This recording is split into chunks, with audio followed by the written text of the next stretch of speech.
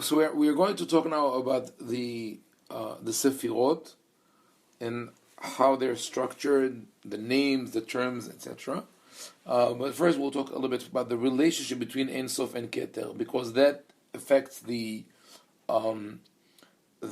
structure of the Sephirot, of the Ilana Sephirot, or the what some people call the Godhead, or this whole thing. So we have several opinions. One opinion is that the process of emanation started with the first Sephirah, Keter, which heads the Sephirot, meaning that the Ein Sof was not involved in the process of the emanation. The Ein Sof is outside the system completely, and the whole process starts in Keter, and from Keter emanate all the rest. The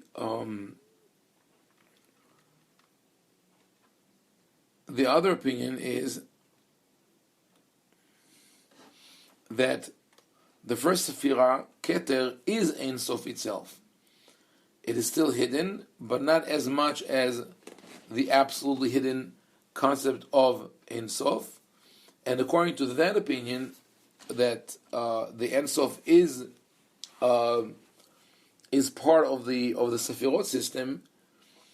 It is the one that is named in the Bible, meaning the names of God that we find in the Bible are referring to that Sephirah of Keter. And it is when the Torah says, refers to something as the Retzon Hashem, the will of God, or the desire of God, or the thought process of God, that is the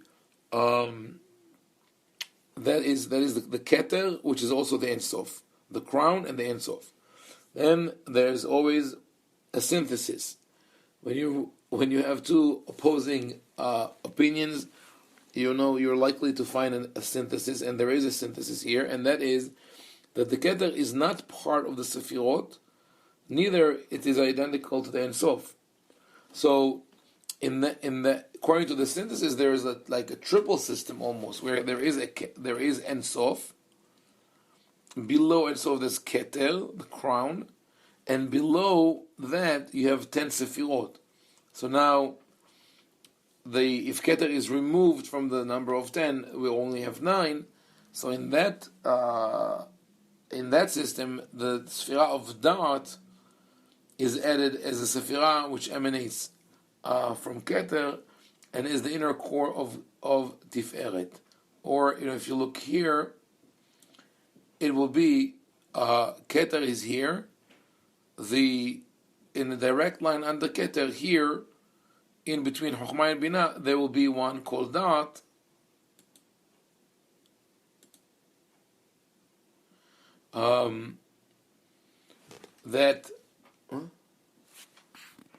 As I said, according to the synthesis, we have the Keter parallel to Keter between Tiferet in the what's called Kava Emtza, in the sort of like the median of the Sephirot.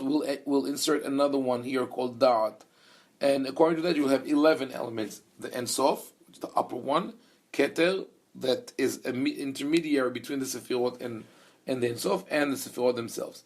Now, so now let's talk about the Sephirot themselves. Now the idea of Atzilut, of emanation, and Sephirot. So even though the term Sephirot is almost ubiquitous, everybody uses that. As a matter of fact, the Zohar rarely uses this term. As well as the Zohar also doesn't use the word Kabbalah. When the Zohar speaks in some place about the masters of Kabbalah, they will be called Marei Hakla, the masters of the field. There are different names for them, but not the Kubalim. There are in the later parts of the Zohar. The Zohar is made of several units, and some of them, called the Ra'ya Me'emna or Zohar Hadash, are later pieces. Part of that is, for example, the famous Patach Eliyahu, the introduction of Eliyahu that Rabbi Steinaltz wrote about this P'tihah. He wrote the book, The 13 Petals of, I think, the 13 Petaled Rose or something like that. So that's come from a later literature, and over there it is the term Sephirot or Sephiran in Aramaic is used in the Zohar literature itself. The Sephirot have many different synonyms. Yeshayahu Tishbi, in his book Mishnat HaZohar, he lists the following names: Dargin, which is steps or levels or grades; Helin, powers; Sitrin, sides; Almin, worlds; Reki'in, pillars; Samchin, which could be understood also as pillars, but also as foundations, means something that you are nismach on, that you rely on; Naharin, lights; Gavnin, colors, which is one of the favorite allegories. There's more than, I think, any of the others. This imagery of colors is a favorite one of the Zohar, because you could name each color. So the Zohar will speak about the red and white and green and black colors. There's also, when we talk about lights, there's a dark light, but it's not as powerful as that of colors. Then we also have references to days: Yomin, Tar'in, gates; Nahalin, rivers or brooks; Mabu'in, springs; Levushin, clothes; Kitrin ve'itrin, which is crowns and coronas, which is almost the same thing. Now, all these are synonyms for the Sephirot. It's very interesting that we have so many different synonyms, and I think that it shows the difficulty of grasping the concept on one hand, and on the other hand, so you use different words to try to convey the message. On the other hand, it's maybe what we see here is the universality of that of the idea of the Sephirot, because basically what the Kabbalists are talking about is about the idea of nature, of order and gradual development in nature. So with anything that you look at, you will find that there are levels of intensity. And we know that actually from scientific point of view, there are mathematical patterns in everything from wavelength to flowers, snails, universes. So when they use all these terms, is to say that all is included, meaning you could now analogize this the Sephirot to steps going up, to different powers that one has, to many sides or facets of one object, to different worlds that coexist, to Reki'in, which they did I translate that? Reki'in, Almin, Reki'in, Almin. Oh no, I skipped it. So Reki'in would be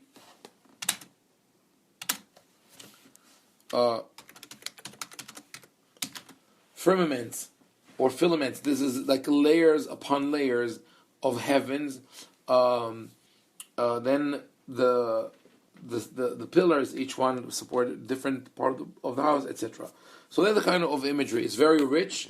It's very flexible, and it shows, like I said, the difficulty of pinpointing what is exactly the nature of those powers or energies that we're talking about. In a book called Elima, written by Rabbi Moshe Cordovero, he divided his book to Tamarim, Tamar Aleph, Tamar Bet, etc. So the book Elima is named after the oasis that the Bnei Israel found in the desert, where they found 70 palm trees. So a very creative name even. The book is called Oasis with dates, and each chapter is date number 1, date number 2, etc. So in Tamar Vav, we see how that could really get very creative, the idea of the Sephirot. Rabbi Moshe Cordovero takes the terms that are used in the Zohar and explains each one of them in many different layers. So take, for example, one of the names that Rabbi Moshe Cordovero mentions, and Tishbi does not, is midot. Midot, but he uses the full term, midot lasibot.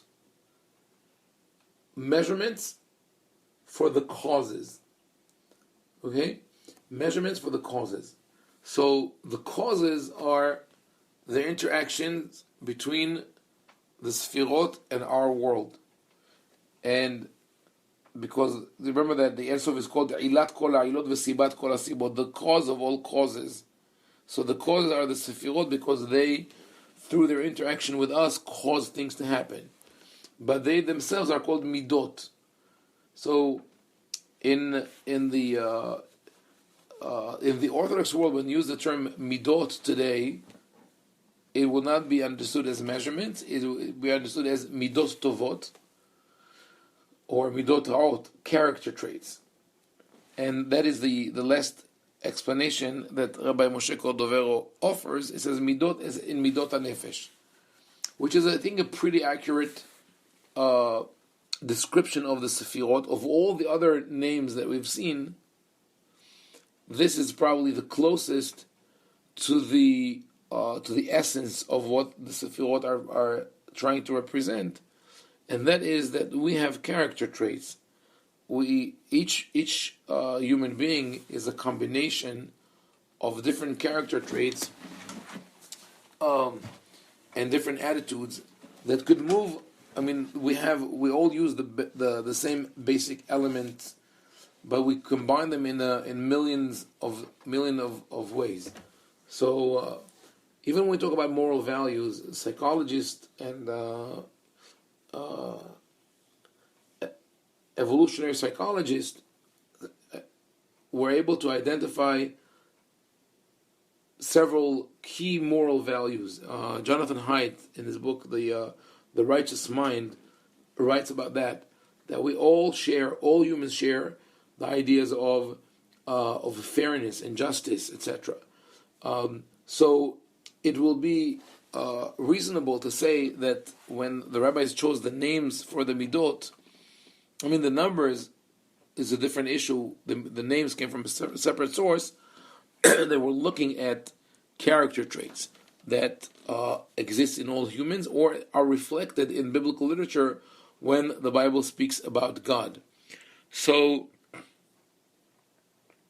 that is the last explanation, as I said, that Moshe Cordovero provides. Before that, he gives this explanation, midah, which I hope we will be able to touch upon this subject. The word midah in Hebrew means measurement. And there is a concept called kav hamidah, the yardstick. And that yardstick is a tool used by the Sephirot to determine the definition and the boundaries and the borders of each object and concept in the world. So it's sort of a work of in progress that keep measuring and determining the physical and spiritual size or boundaries of the world.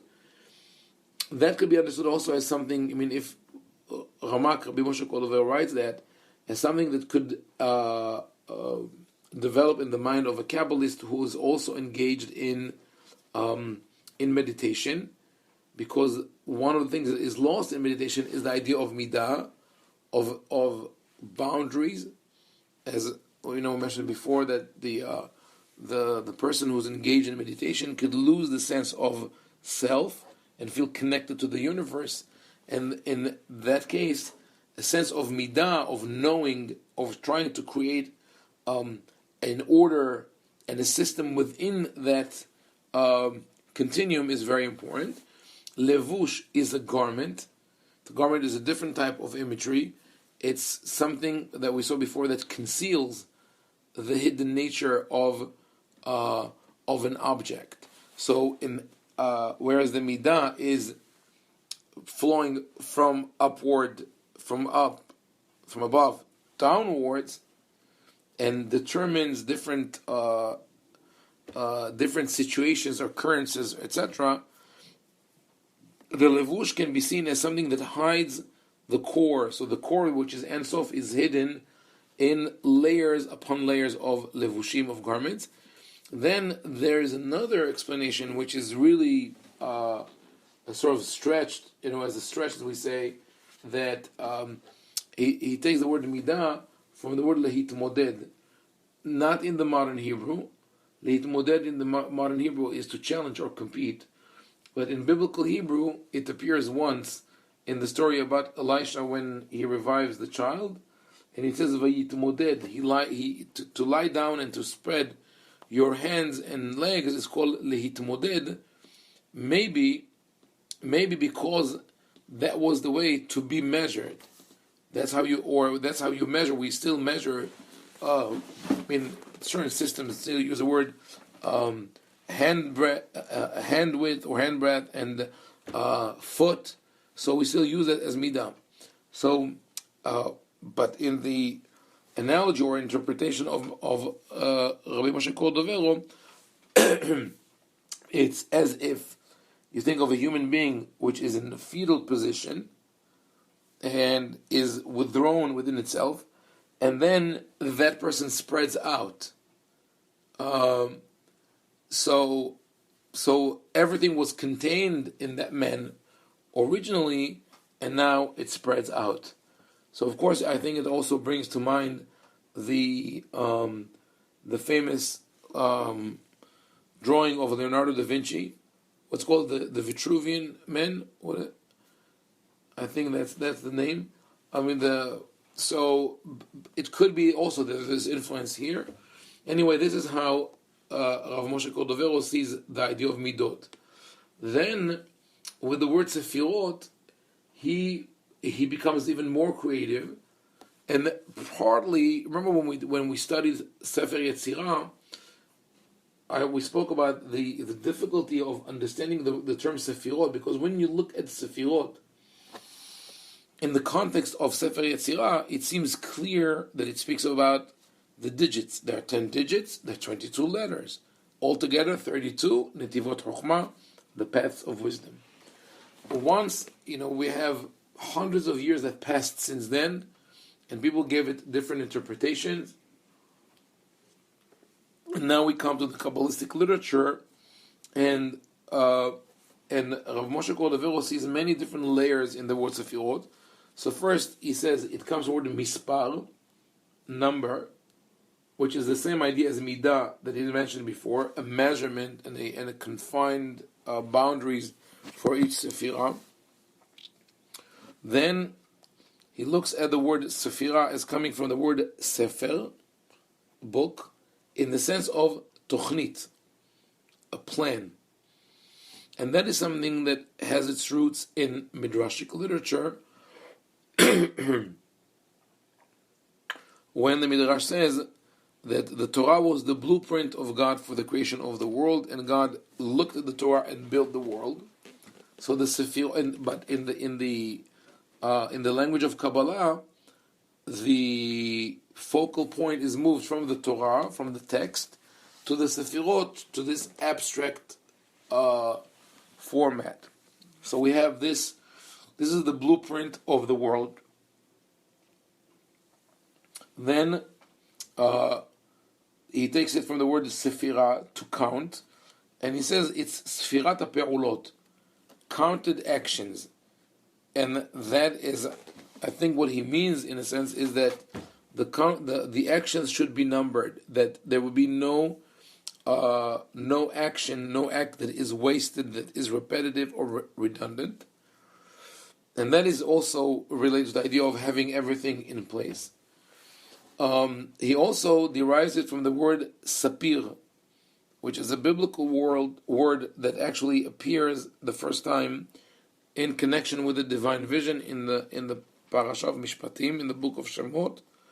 It says that the elders of Israel with Aaron and Moshe brought sacrifices and ate and drank, And then he says, "Vayiru et Elohei Yisrael," and he saw the God of Israel. V'tachat raglav ke'ain livnat sapir, as the white, something that looked like the white nuance or color of the sapphire. So sapir, today we use the word, what translates as sapphire. Could be that it was just a transliteration, but in biblical Hebrew and in rabbinic literature, sapir is a general name, even though it is one of the 12 stones of the breastplate of the Kohen Gadol. But sapir is a generic name to all precious stones. It could even be a diamond, according to the way Rabbi Moshe Cordovero understands it. It could be what we call diamond. So, what is the sapir? So, Rabbi Moshe Cordovero looks at sapir. He says, I'll read in his word. I wrote just briefly here, molichor, but in his language, he says, הספיר, כאבן הספיר שמורה מעבר העליון לעבר תחתון, ומעבר תחתון לעבר העליון. The sapir is sort of a transmitter of light. It shines the light from above to those who are below, and vice versa. And he says, עוד להיות אבן הספיר מקין בסדן ובקורנס, ואינן מתקלקלים. You could put the diamond on the anvil and hit it with a hammer, and it's not going to break. So, in the same sense, the Sephirot are strong like sapir. Also, it's extremely important. Hashuv beyoter. It's a precious precious stone. And finally, he says it's from the word sifrat uchtivat kol ha'maaseh. I'm reading here. השישי שבהם ספרה וכתיבת כל הנמצא וכל הנעשה וכל מעשה התחתונים, העבר והעתיד וההווה והטוב כתוב עד לעולם, והרע יורד ונמחק. He says the idea of a sifra and not sfira. Sifra means to tell. What in modern Hebrew would be sipur dvarim. But I think he's using the biblical appearance in Tehillim, alo besifratecha, whatever. So the Sephirot are the ones that contain all information of whatever happened and what is about to happen. That's the cloud. In other words, that where all our memories are reserved. The interesting thing, he says, והטוב כתוב עד לעולם, והרע יורד ונמחק. So the process of the role of the Sephirot is to purify that knowledge. That whether it's the knowledge of thoughts or words or actions, there is a process where you keep the good and you push the evil away. So, in that sense, maybe I'll add this here in terms of text. I think it's an important piece to add here.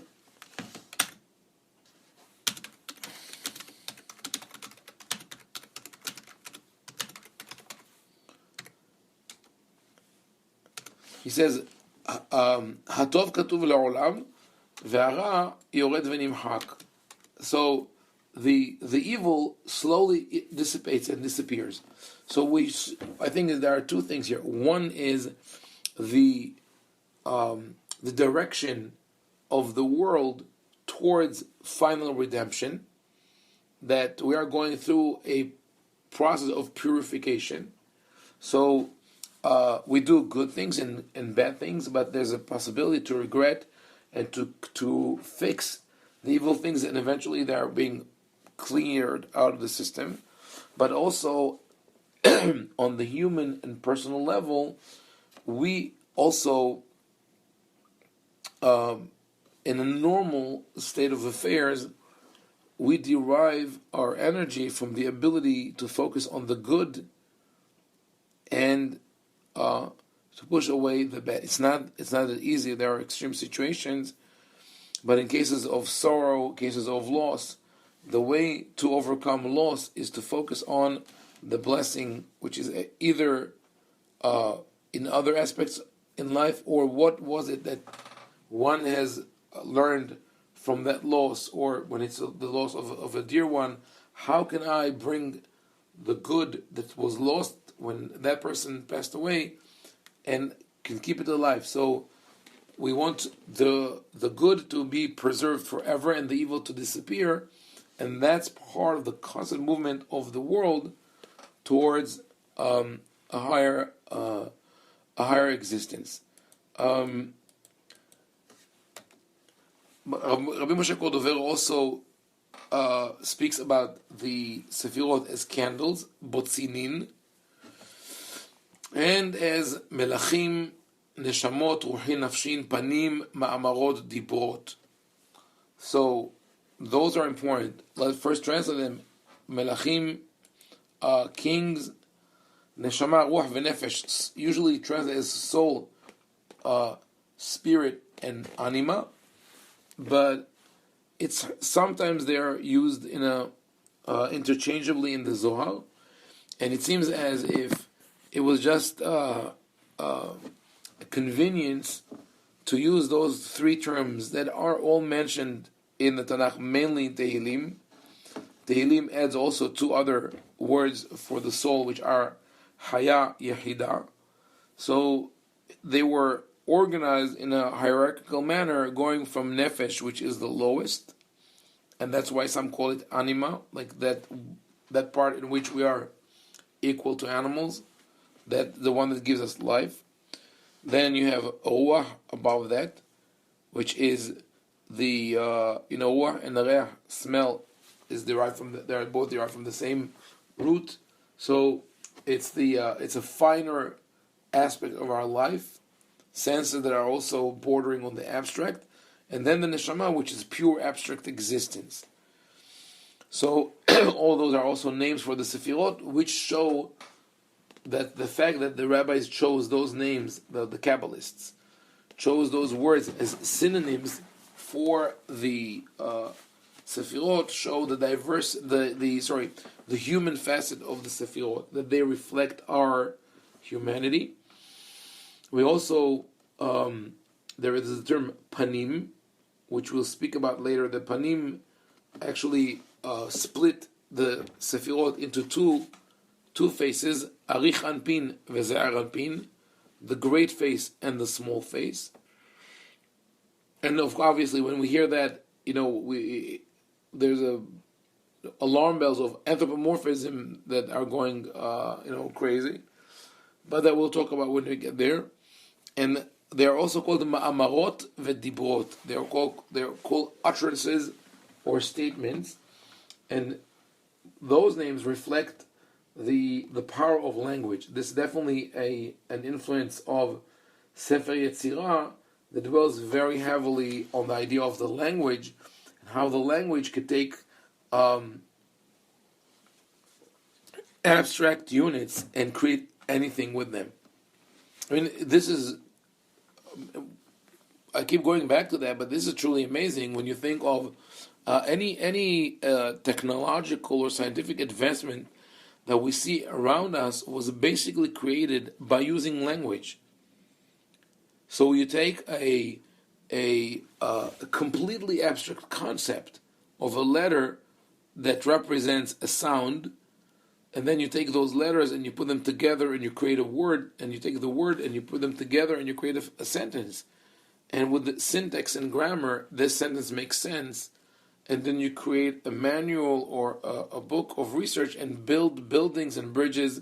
So things do come to existence because of that power of Sephirot. But I want to go one second back to the Melachim, to the kings, and read to you a paragraph again from Rabbi Moshe Cordovero, the Elima. And he says this: Asfirot yikaru melachim. The Sefirot are named kings. והעניין שהמלך ייקרא מלך מצד שני העניינים. and a king can be called a king on two levels. או על צד השליטה והמלכות, או על צד העצה וההנהגה, מעניין מלכי ישפע עליו, והספירות להם שתי בחינות אלו. Either the king is serving as the ruler, he is the one who governs, who controls everything, or he is the one who provides wisdom, that people come to consult him because of his knowledge and of his expertise. So he says, והספירה להם שתי בחינות אלו, האחד מצד מעלה העצה הייעוצה להנהגה. So on one hand, the Sephirot are called kings because they represent wisdom, and that wisdom is derived from the upper source, from the Ein Sof. Or השני מצד מטה השליטה שהם שולטים בהנהגה במציאות. Or the way that those Sephirot govern reality. So here we have an admittance in something. I mean, there are statements like that all over the Kabbalistic literature, but just one example of saying that the world is governed by the Sephirot. It's as much as the Kabbalists try to say that all streams back, all flows back to the upper source, which is the Ein Sof. It is inevitable that they would think of the Sephirot as having some kind of power. And that is where the risk of heresy or paganism lies. And it says, ויש לפי זה פרטיות בספירות, אלו מלכים על אלו. And it says, because of that, because the king is both someone who receives advice from a higher source or from an advisor, and one who is in control, there is hierarchy even within this system of kings. Because that would be the inevitable question. If there are 10 kings, the 10 Sephirot are 10 kings, so who rules supreme? It's almost like creating a pantheon, and now we ask who is the supreme God. So he gives an example. המלכים אשר מלכו בארץ אדום, הם הארצות היועצות לפני המאציל בכתר. There's a concept that is expounded upon greatly in the writings of the Ari, of the ancient kings. Those are the kings that are mentioned in the book of Bereshit, in the book of Genesis, and they are introduced by the phrase, Ve'elu ha-melachim asher malechu be'eretz Edom. Those are the kings that ruled in the land of Edom, Lifnei meloch melech le'bnei Israel, before there was a king for the Israelites. So those two time periods, the time of Edom and the time of Israel, are understood by the Zohar as the world before our world, Edom, because Edom is Esav, and Esav connotes destruction, and our world, the world of Israel, which is the world that we live in now. If that is the case, then the kings which ruled the world before the time of Israel, then those are kings that failed, that brought destruction. So it's a different system of Sephirot that didn't work, either according to the Midrash that said that God wanted to create the world with din, with rigorous judgment, and it didn't work, or according to other theories, when it's later in Kabbalah, the sort of a crisis within the Godhead, that in the moment of creation, of emanation itself, something didn't work correctly. In any case, he concludes this phrase, וכן הכתר מלך על כל הספירות, והחוכמה והבינה מלכי המלכים על שאר הספירות, ושבע הספירות מלכים על הנזכרים התחתונים, ועל דרך זה יתברך, ועל דרך זה. So if we go up to the tree of Sephirot, this is what Rabbi Moshe Cordovero says. He says, the Keter, which means crown, is the king of all other Sephirot. He's in control of all the other 9. והחוכמה והבינה מלכי המלכים, they are the kings of kings, they rule over these 7. And the lower 7, melachim ala tahtonim, they rule the world, this world. So that is, you see here in this drawing or flow chart, we have the 7 lower ones called Za'ir, the 6 middle ones called Za'ir Anpin, the small face, and it's called the great face. So there's a hierarchy in the Sephirot between different levels of royalty, which again, this reflects what we see in real world, that every system of government or institution or establishment will have a hierarchy, even if it is communism, where supposedly everybody has to be equal. So with that, we'll conclude the discussion today with the different symbolisms that we have for the Sephirot, and we continue tomorrow with the actual names and the system within.